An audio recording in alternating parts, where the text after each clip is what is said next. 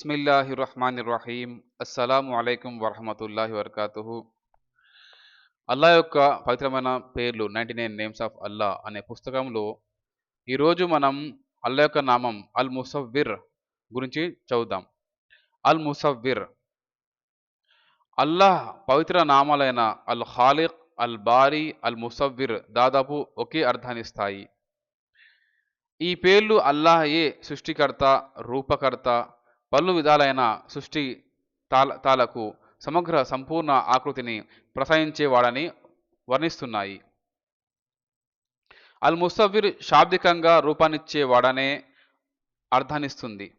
ఒక చిత్రకారుడు లేక శిల్పి ప్రకృతిలో అతను చూసిన వాటికి ప్రతిరూపాన్నిచ్చే ప్రయత్నం చేస్తాడు. అంటే అతను ఇతర వస్తువులపై ఆధారపడితే తప్ప అతనితో ఆ ఊహం, ఉత్తేజం జనించవు అని ఉదయించే సూర్యుడైన, అందమైన అబల అయిన, సాహసోపేతుడైన, యుద్ధవీరుడైనా కావచ్చు, వీటిపై అతను ఆధారపడక తప్పదు. కానీ అల్లాహ్ ఎవరిపైన ఆధారపడకుండానే అన్నిటినీ సృష్టించగలడు.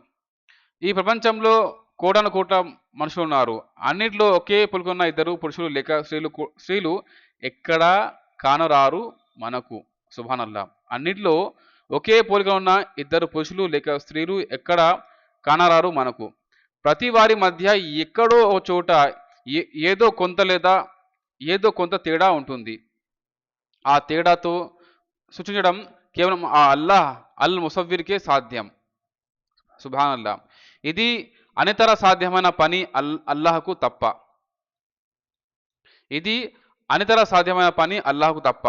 అన్ని ఆకృతులు, అచ్చులు, డైస్ ఉన్నాయో ఆ కృతికర్త దగ్గర సంపూర్ణంగా ఒకే పోలిక ఉన్న ఇద్దరు మనుషులు లేరు. సుబ్హానల్లాహ్. ఒకే చెట్టుకు కాసిన రెండు పుష్పాల మధ్య తేడా ఉంది. వాసనలోనైనా, వనెలోనైనా, భూమిలో నిక్షిప్తమైన బొగ్గు రాళ్లలో, అమూల్యమైన రత్నాలలో కూడా ఒకదానికి మరోదానికి మధ్య తేడా ఉంది. సుబ్హానల్లాహ్. ప్రపంచంలో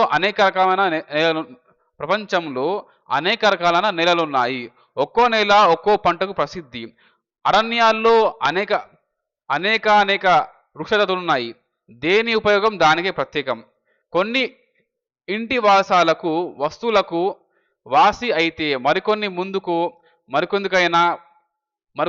మరికెందుకైనా పనికి వస్తాయి. ఆకాశంలో ఆశతో ఎగిరే పక్షుల్ని గమనించండి.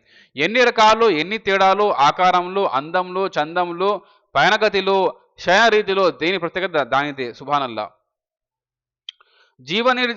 జీవనిర్జీవాల్లో ఇన్ని రకాలు, ఆకారాలు సృష్టించడం ఒక అల్లాహ్ అల్ ముసవ్విర్కే సాధ్యం. వీటిని గమనించిన మానవ మనస్సు విస్మయానికి లోనవక తప్పదు. సుబ్హానల్లాహ్. శూన్యంలో నుంచే నిర్జీవాలను సృజించి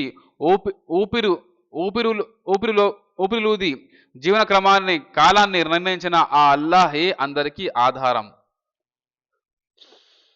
వాస్తవానికి మానవుడు ఈ సృష్టిని సంపూర్ణంగా ఉపయోగించుకోలేదు. అంతులేని భూమి పొరల్లో, అడవుల్లో ఏ అమూల్య సంపదలు దాగి ఉన్నాయో, అగాధమో జలనిధిలో ఏ నిధి నిక్షేపాలు నిక్షిప్తమై ఉన్నాయో మనిషికి తెలియదు.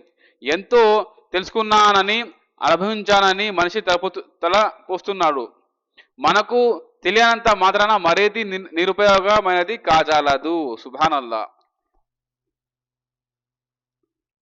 ఈ ప్రపంచంలో కోటాను కోట్ల స్త్రీ పురుషులు ఉన్నారు.